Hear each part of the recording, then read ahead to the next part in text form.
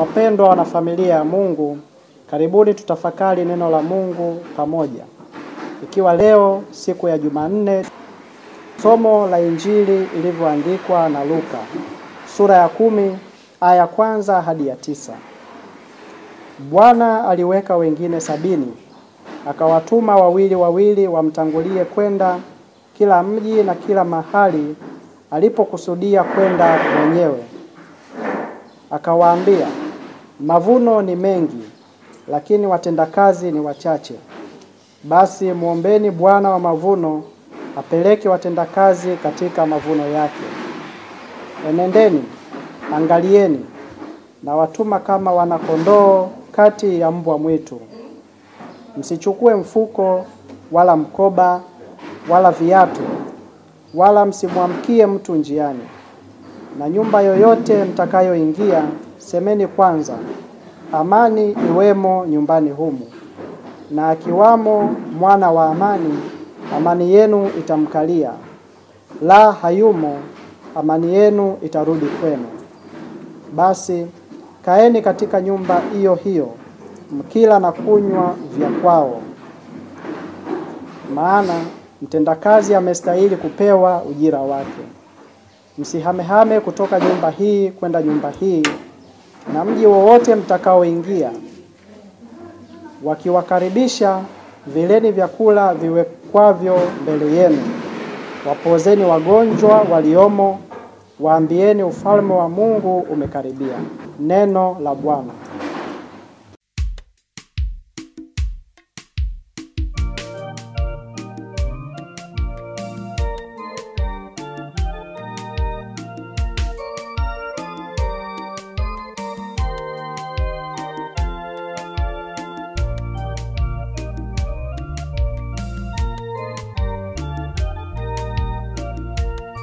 Wapendwa, katika Injili tumesikia Kristo anawaweka wafuasi wake 70 na anawatuma wawili ili wamtangulie katika kila mji na kila mahali anapokusudia kwenda yeye mwenyewe.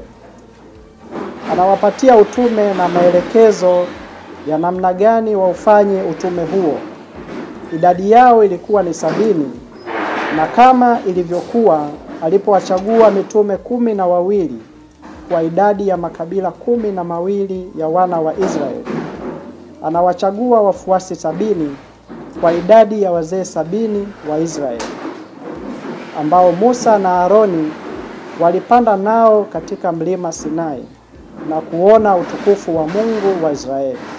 Na wengine 70 Musa aliwachagua hapo baadaye ili wamsaidie katika kuongoza.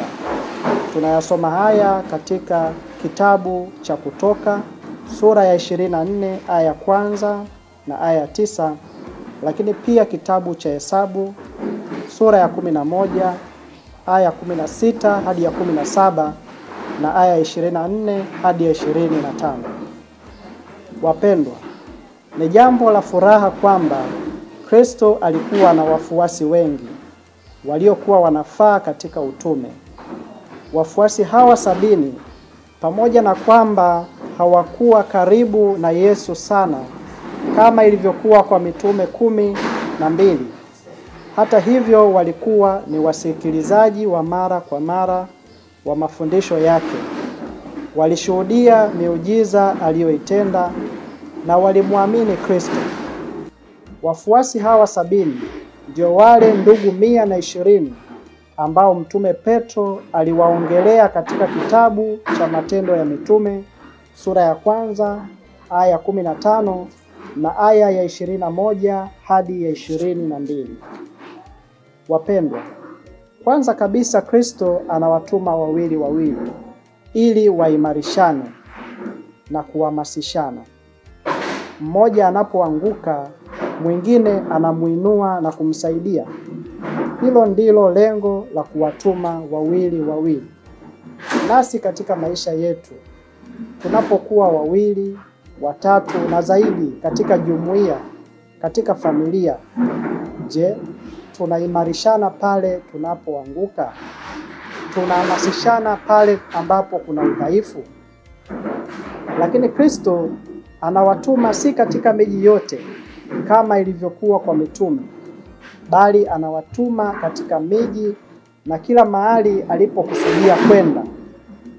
Wanaamuriwa kufanya mambo mawili ambayo hata Kristo aliyafanya kila alipoenda. Kwanza, wanapewa jukumu la kuponya wagonjwa kwa jina la Yesu. Na pili, kuwaambia kwamba ufalme wa Mungu umekaribia. Wapendwa, vile vile Kristo anawapatia maelekezo ili waweze kufanya vizuri utume huo. Jambo la kwanza ni sala. Wanapaswa watazame na kuona kwamba mavuno ni mengi, lakini watendakazi ni wachache.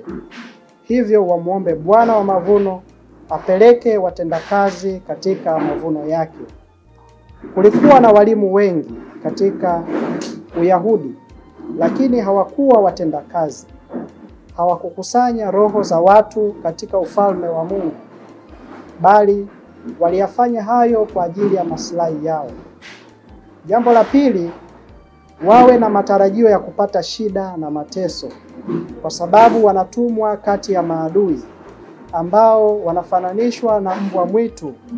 Hivyo wanapaswa kuwa wenye amani kama kondoo na wenye subira. Jambo la tatu, wanaambiwa wasichukue vitu kama mfuko, mkoba, viatu, wala wasimwamkie mtu njiani. Hii ina maana kwamba wasipoteze muda katika mambo mengi, wajikite katika utume. Jambo la nne, waonyeshe si tu nia yao njema, bali pia nia njema ya Mungu anayejua mioyo ya watu. Jambo la tano, wapokee wema kwa wale watakao wakaribisha.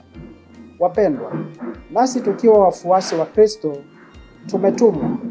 Kila aliyebatizwa ametumwa na Kristo, kwanza kuwaponya wagonjwa na kuwatangazia watu kwamba ufalme wa Mungu umekaribia. Wapendwa, tunaweza tukajiuliza, nitaponyaje wagonjwa?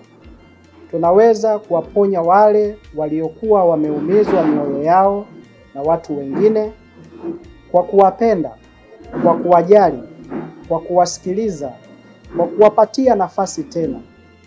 Lakini pia kutangaza ufalme wa Mungu kuwa umekaribia. Lakini pia tunaaswa kuwa mashuhuda hai wa imani yetu.